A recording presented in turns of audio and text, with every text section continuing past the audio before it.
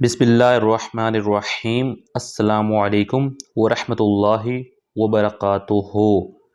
حضرت ابو ہریرہ رضی اللہ تعالیٰ عنہ سے روایت ہے کہ رسول اللہ صلی اللہ علیہ وسلم نے ارشاد فرمایا، جب کوئی آدمی مجھ پر سلام بھیجتا ہے تو اللہ تعالیٰ میری روح مجھ میں لوٹا دیتا ہے حتیٰ کہ میں اس کے سلام کا جواب دیتا ہوں۔ جی پیارے دوستو، ویڈیو ہم شروع کرتے ہیں۔ ویڈیو شروع کرنے سے پہلے میں بتاتا چلوں کہ اگر آپ ہمارے چینل پر نیو ہیں تو برائے مہربانی ہمارے چینل کو لازمی سبسکرائب کریں اور ویڈیو پر ایک چھوٹا سا لائک بھی لازمی کریں، اس سے ہماری حوصلہ افزائی ہوتی ہے۔ جی تو ہماری ویڈیو کی جو ٹاپک ہے وہ ہے شادی کے لیے وظیفہ۔ ہم آج آپ کو 3 وظیفے بتائیں گے جو کہ بہت ہی آسان ہیں اور بہت ہی مختصر ہیں۔ انشاءاللہ جب آپ یہ وظیفے کریں گے تو آپ کا جو مقصد ہے انشاءاللہ آپ اپنے مقصد میں کامیاب ہو جائیں گے، اور اگر آپ شادی کے لیے پریشان ہیں تو آپ کی انشاءاللہ بہت جلد شادی بھی ہو جائے گی۔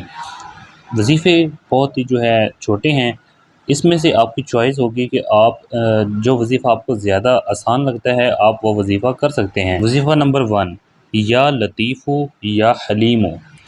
عمل آپ نے کس طرح کرنا ہے؟ اس وظیفے کو دن میں کسی بھی ٹائم 11,000 مرتبہ پڑھیں اور اول آخر 11 مرتبہ درود شریف پڑھیں، اور انشاءاللہ تعالی آپ کی شادی جلد ہی کسی اچھی جگہ پر ہو جائے گی۔ وظیفہ نمبر 2، یا فتح ہو، اے کھولنے والے۔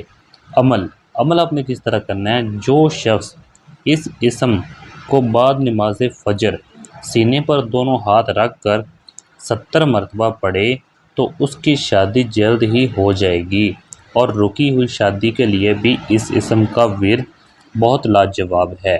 وظیفہ نمبر 3، یا سمیع، اے سب کچھ سننے والے۔ عمل آپ نے کس طرح کرنا ہے؟ اگر کسی کی شادی نہ ہو رہی ہو یا پھر شادی ہو جانے کا خواہش مند ہو تو اسے چاہیے کہ 40 دن تک روزانہ 1100 مرتبہ وظیفہ پڑھے۔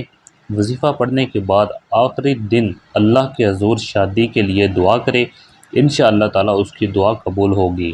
دوستو یہ تھے کچھ وظائف، 3 وظائف میں نے آپ کو بتائے ہیں، اس میں سے جو وظیفہ آپ کو آسان لگتا ہے آپ اس کا ورد کریں، انشاءاللہ تعالی اللہ تعالیٰ کی حضور آپ دعا کریں تو آپ کی دعا انشاءاللہ لازمی قبول ہوگی۔ ویڈیو اچھی لگی ہو تو چینل کو سبسکرائب کریں۔